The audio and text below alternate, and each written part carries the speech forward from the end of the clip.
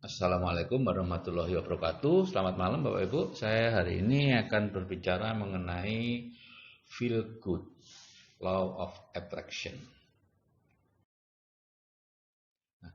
The law of attraction itu adalah manusia adalah magnet dan setiap detail peristiwa yang dialaminya datang atas daya tarik atau undangannya sendiri. Ya, ini menurut Elizabeth tahun 1906 sudah berbicara soal the law of attraction.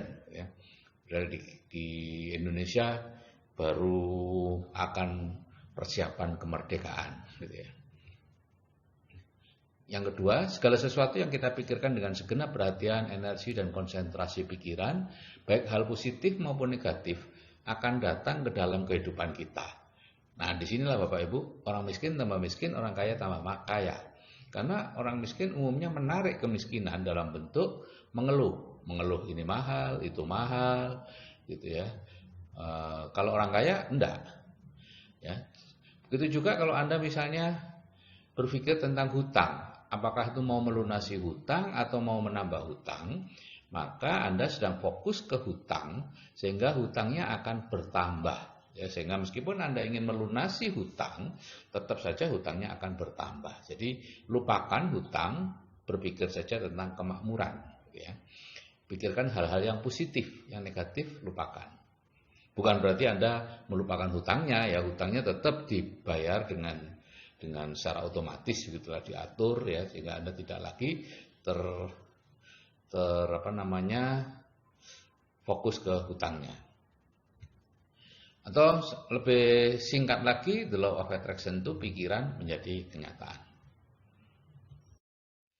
Nah, sekarang bagaimana perasaan dan pikiran, ya.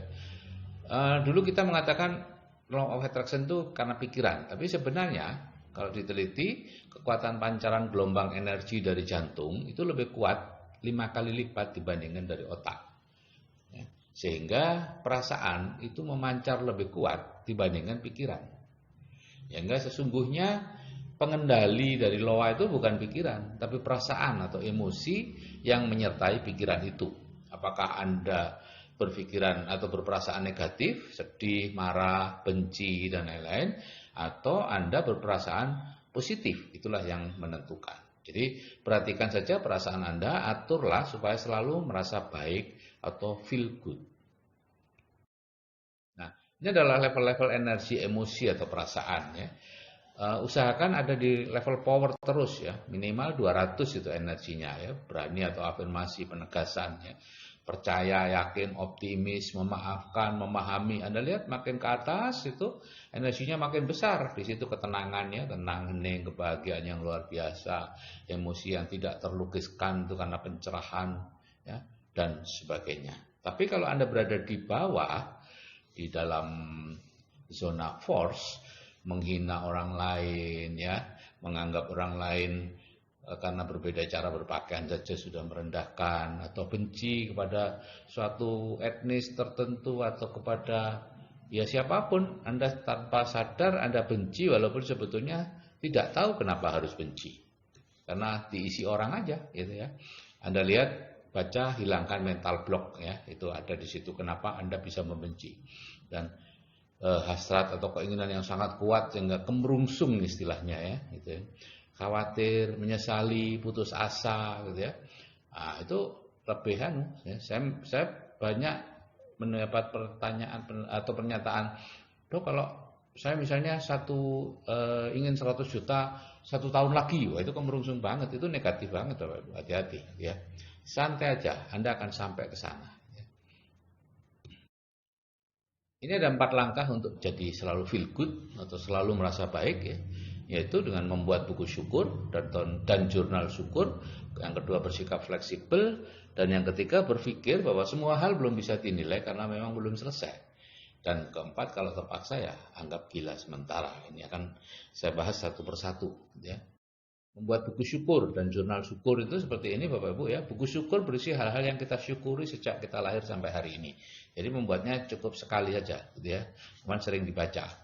Saya bersyukur memiliki ayah yang luar biasa, pekerja keras, bla bla bla. Saya bersyukur memiliki ibu yang selalu positif dan sebagainya. Saya bersyukur menjadi apa, menjadi dokter, menjadi petani, menjadi guru dan seterusnya.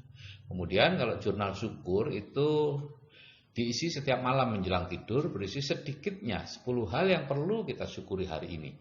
Dan ini biasanya dianjurkan dilakukan selama 90 hari, ya, 3 bulan. Setelah itu tidak lagi, nanti lama, kemudian kalau Anda merasa tidak lagi nyaman gitu, membuat lagi, ya. Untuk merubah, memindahkan keluhan dari pikiran Anda, ya, ke hal-hal yang disyukuri, ya. Karena itu paksakan untuk mensyukuri 10 hal minimal sehari itu.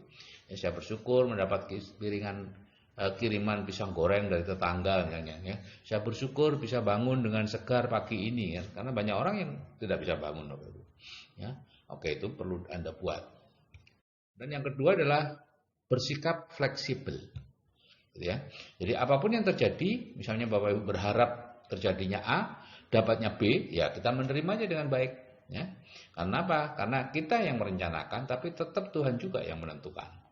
Apapun yang terjadi itu bisa terjadi hanya atas izinnya. Ingat bahwa tidak ada debu terbang dan daun jatuh yang terjadi tanpa seizinnya.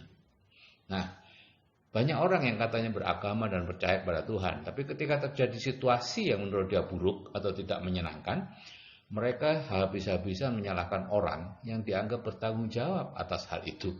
Lupa bahwa hal itu terjadi atas seizin Tuhan, ya. Jadi itu sama saja dengan menghujat Tuhan yang sudah mengizinkan atau memberi izin peristiwa itu terjadi. Kalau Tuhan tidak memberi izin peristiwa itu terjadi, ya tidak akan terjadi. Jadi serahkan saja kepada mekanisme yang ada di dunia, ya. Kalau itu masalah hukum, ya serahkan ke hukum, masalah politik ya serahkan kepada proses politik dan sebagainya. Anda nggak usah ikut-ikut dah, gitu ya. Kecuali Anda politikus, ya.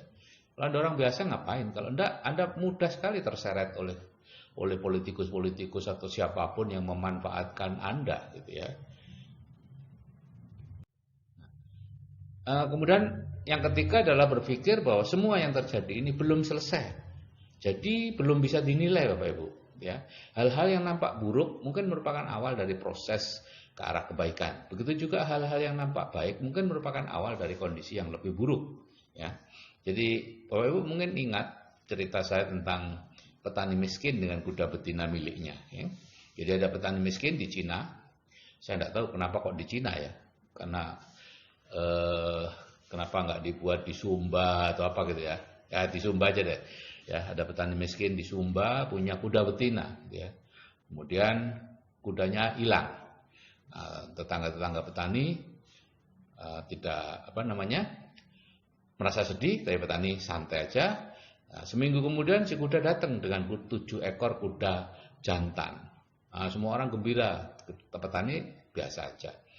Kemudian anak si petani besoknya mencoba menaiki kuda jantan tadi dan jatuh sehingga kakinya patah. Maka semuanya satu desa sedih, gitu ya, menunjukkan kesedihannya. Tapi petani juga tenang aja. Nah, kemudian beberapa bulan kemudian ada utusan dari kekaisaran, ya kembali ini ke Cina berarti, ya, untuk mencari prajurit-prajurit yang akan maju perang. Biasanya tidak kembali. Nah, anak petani itu tidak terpilih karena dia pernah patah kakinya. Jadi Bapak Ibu di sini kelihatan bahwa negatif itu awal dari positif, yaitu hilangnya kuda. Itu awal dari, kalau kudanya tidak hilang, petani nggak dapat tambahan 7 ekor kuda jantan dan seterusnya. Jadi Bapak Ibu santai saja, ya. Jangan terbawa situasi sesaat. Tetaplah merasa baik karena itu belum dinilai, ya, belum bisa dinilai. Kapan dinilainya? Kalau di bahasa Tionghoa kita baru bisa menilai kalau sudah terdengar bunyi 4 paku di atas peti, artinya sudah mati, Bapak Ibu. Itu baru bisa dinilai. Kemudian yang terakhir adalah anggap gila sementara, ya. Jika Anda diomeli orang gila, apakah Anda akan marah? Enggak kan pastinya, gitu ya. Mengapa kalau diomeli suami atau istri atau atasan atau siapa saja yang kita kenal, kita ikut marah? Mengapa enggak kita anggap aja dia sedang, ya mohon maaf deh, gila sementara, ya. Karena memang pada saat seseorang marah dia kehilangan kontrol diri, ya kita anggap aja dia sedang gila sementara. Dengan begitu kita bisa terlepas dari keinginan untuk ikut marah dan tetap feel good gitu ya. Nah, oke Bapak Ibu.